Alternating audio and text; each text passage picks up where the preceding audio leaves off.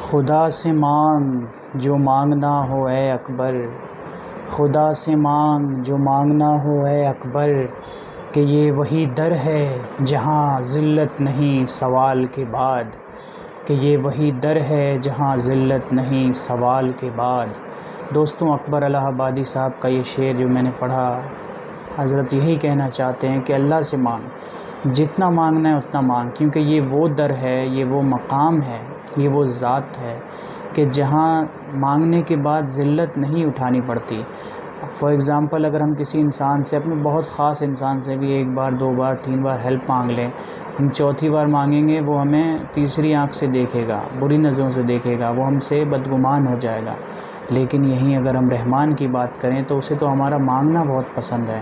تو کیا خوب ڈیفائن کیا اکبر الہ آبادی صاحب نے اس شعر کو۔ مجھے لگا کہ میں آپ لوگوں کے ساتھ شیئر کروں ضرور، کافی حق اور سچا شعر ہے، 100% سچا شعر ہے۔ خود آپ لوگوں نے بھی اس بات کو آزمایا ہوگا کہ آپ کتنا بھی، کوئی آپ کا کتنا عزیز ہو، اگر آپ نے ان سے 2-3 بار کسی چیز کا مطالبہ کر دیا، پھر آپ نے ان سے کوئی چیز مانگ لی تو وہ آپ سے بدگمان ہو جائے گا، ناراض ہو جائے گا۔